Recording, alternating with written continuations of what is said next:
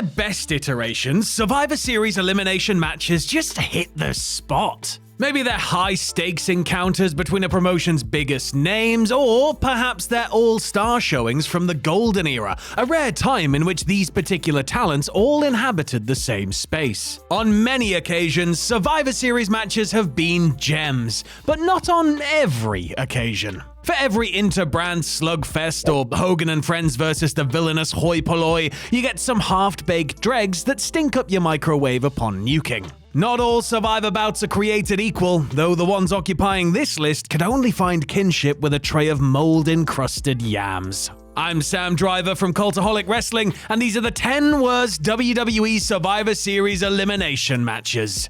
Join us! Number 10, the Hart family versus Shawn Michaels and the Knights from 1993.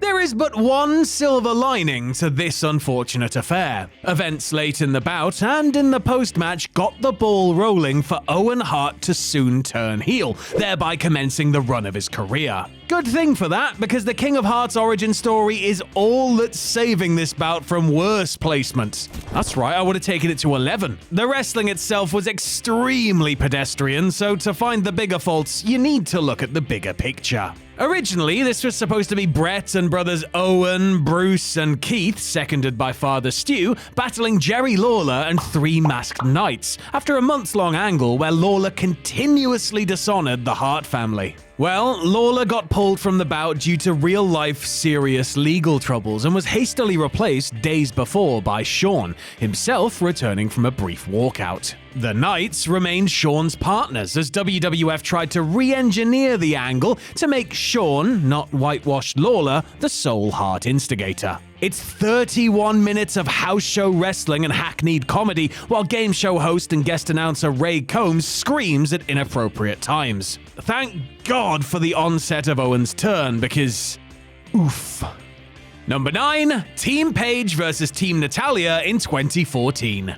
At the time, NXT's women's division was churning out the next great class of women's star. Charlotte Flair, Sasha Banks, Becky Lynch, and Bayley were helping demonstrate the difference in quality between unfettered developmental goodness and main roster malaise. And the starkness was wholly evident in the 2 women's scenes. Take this pointless headless slog of an 8-woman tag that really served no purpose in neither the short nor long term. Paige captained a squad of herself, Cameron, Layla, and Summer Rae against Natalya, Alicia Fox, Naomi, and Emma. A 14-minute showcase of poor timing, pointless heel humiliation, and general crowd disinterest, like when they chanted for Damien Sandow despite his lack of involvement. The entire match sees Paige get frustrated when her partners get eliminated one by one, only to succumb herself in the end, without any catharsis nor semblance of quality wrestling. But fear not, the women's division was done justice later when Brie Bella randomly reunited with evil twin Nikki to wrest the Divas title away from AJ Lee in 30 seconds. Viva la eventual women's revolution!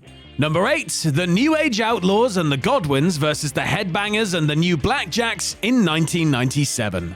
Behold, the WWF tag team scene of 1997 in all of its uninteresting glory. Well, that's not entirely true. The Outlaws had just come together the previous month and were picking up a little steam as the hippest duo in the entire company. Yes, Road Dogg was indeed once a cutting-edge figure. By the time of Survivor Series, though, Dogg and Billy Gunn were still in the working out the kinks stage and saddled with 3 mostly heatless duos. You can just about hear a pin drop as the 8 wrestlers deliver action that's only action in the academic sense, veering between vanilla and sloppy. Dogg's loud taunts from the apron do very little to jostle the Montreal crowd, who were probably saving the hostilities for later, having seen the future. The Outlaws end up surviving a match with less high notes than an ASMR karaoke session. Really, this was just a 15-minute demonstration of how much work had to be done to restore the WWF's sagging tag division. The Outlaws, at least, were a good start. Number 7, the match Jimmy Snuka returned in 1996. The 1996 Survivor Series was a pretty damn good event, though there is one notable blemish, and we're talking about it right now. The match featured depushed Vader teaming with newly militant Farouk and the dead-in-the-water imposters of Razor Ramon and Diesel, squaring off against a horribly out-of-shape Yokozuna in his last WWF match, soundly relegated Savio Vega, the debuting Flash Funk, and a mystery partner, which we've already spoiled. In a year where WCW rattled off one big surprise after another to shock the wrestling world, leave it to Vince McMahon to think anyone, even a sometimes sentimental Garden crowd, would care about 53-year-old Superfly as a Survivor Series equalizer. The match drags along early, notable only for Yokozuna reportedly injuring Vader on a Uranagi. By the 8-minute mark, we start getting eliminations as Big Daddy Dentist pins Savio, then Snuka pins Timu Bad Guy, then everyone else gets disqualified for brawling. Hey, Andre did once say there'd be no survivors. We just didn't know that he meant this particular match. Number 6, Team Total Divas versus the rest of the division in 2013. I swear on the sacred shroud of Haku that I am not going out of my way to pick on the women of WWE with this list. It's just that before Stephanie invented women's wrestling in WWE got about as much consideration and care as a chain letter. And that was never more evident than in 2013 when the Total Divas cast, some of them adequately trained, faced AJ Lee and the Anti-Diva League. To show what I mean about lack of care and consideration, this was a 7-on-7 match that featured 12 eliminations in under 12 minutes. We're talking an elimination every 58 seconds, which doesn't really leave a lot of time for drama or pathos. The point, of course, was for the E-Network gang to put AJ in her place for telling the truth, dissing Total Divas, and the societal attitude that puts trash TV on a pedestal. Throw in Eva Marie, JoJo, and others looking notably graceless owing to inexperience, and yeah, I mean, I guess that does explain the speedrun, doesn't it?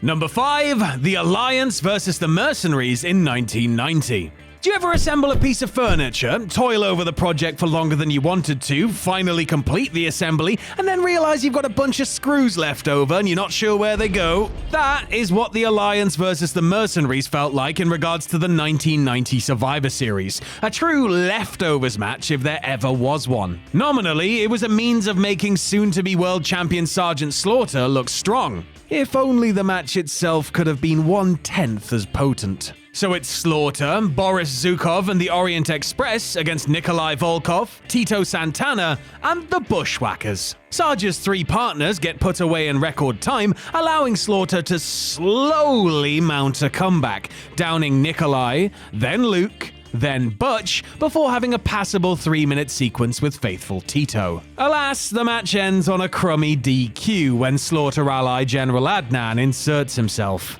Though it did give us the hilarious Howard Finkel announcement, initially misleading Slaughter into believing he survived. Funny, but the first 7 minutes of this turkey was a joke on the rest of us.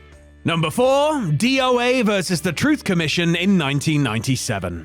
You know, some would say the worst part of the 1997 Survivor Series was the screwjob. Others would say the worst part was the hypocrisy. But not Quebec native Norm MacDonald. He disagrees with that. He thinks it was the undercard. We already roasted the Outlaws' dull-as-dishwater victory, not realizing that compared to the ensuing bout, that was practically any War Games featuring the 4 Horsemen. Feast your tired eyes on 1997 gang wars at its worst. DOA was the babyface biker gang of Crush, Fake Undertaker, and the Arrowlux twins against 3 fake South Africans, one of whom beat up Robert Downey Jr. in Sherlock Holmes, and Don Callis with hair. Yes, that's resident slimewad Callis with full flowing locks, portraying manager The Jackal. He also doubles as the best wrestler in this godforsaken match, which isn't a good thing seeing as he gets pinned less than 3 minutes in. Kurgan the Interrogator survives this 10-minute march into oblivion, giving apartheidists the last laugh over the Aryan bikers. Wait a minute, who were the babyfaces supposed to be again? Number 3, Jim Duggan's team versus Colonel Mustafa's team from 1991. Well, it took 4.5 bloody years, but we finally got the blow-off to Duggan and Iron Sheik's 1987 DUI arrest. Who Who was truly at fault? Well, to settle the score, Sheik switched nationalities, then rounded up a Viking, a gator hunter, and Ted DiBiase's former servant to bring down Duggan, who himself recruited a bullfighter, a human funnel cloud, and the guy collecting G.I. Joe royalty checks. Smell the mother-flippin' buy rate. Tito Santana seems to be the only person in this match that gives a damn, as everyone else is on autopilot. The match was one of those one whole team survives deals, and it's the heels who eat it. Since none of them were being especially pushed at the time, there's a real sense of just hurry up. The sweep is completed after Duggan polishes off the Berserker, and everyone rejoices, largely because the match is finally over. Number 2, the 4 Doinks versus Bam Bam Bigelow's team in 1993. When Doink turned babyface in 1993, he may as well have ridden his scooter up the ramp and over the top of Tom Campbell's friend Barry, because the shark had clearly been jumped. Heel Doink was masterfully portrayed by Matt Bourne, while the pie-throwing babyface version leaned into every low-hanging hack joke one could muster. And once Doink ran afoul of Bigelow, it was off to the races for one of the most embarrassing Survivor bouts of all time. Bigelow, Bastion Booger, and the Head Shrinkers took turns playing patsy to 4 Doinks, who were actually, surprise, surprise, I bet you can't tell, the Bushwhackers and men on a mission in a bit of grease paint subterfuge. The match wastes no time degenerating into a cartoon where foreign objects like balloons, turkey carcasses, scooters, and a banana peel all find use. Bama's 3 sidekicks all get made fools of while he himself succumbs to tedious clowning, and then gets pinned by all 4 opponents in one massive stack. During the final pinfall, announcer Vince bellowed, "This is a cartoon!" Sure is, and you booked it, mate. And number 1, Clowns Are Us versus the Royal Family in 1994. After 1993, you might have thought, man, that Doink match was dire, and the match Lawler was supposed to be in sure was cursed, and you'd be well right. You'd also not be insane enough to book Doink versus Lawler in a demented bonus round for 1994. Unless, of course, you're somebody that recently beat the steroid distribution rap and wanted to book a crappy Survivor Series match out of spite toward any prosecutors watching. So, it's Doink and 3 little people sidekicks named Dink, Wink, and Pink against Lawler and 3 fellow smaller sidekicks named Queasy, Sleazy, and Cheesy. Laughing yet? The comedy, Christ, I sprained my fingers accenting those quote marks, trods on far longer than the 1993 equivalent, as this match drags on for 16 pissing minutes. Doink gets eliminated first, leaving his partners no feasible way to eliminate standard-sized Lawler. Truly well thought out. One by one, Doink's underlings then get pinned. But fear not, because Lawler takes a pie to the face at the end anyway. Totally worth those 16 minutes of my life that I am never ever getting back.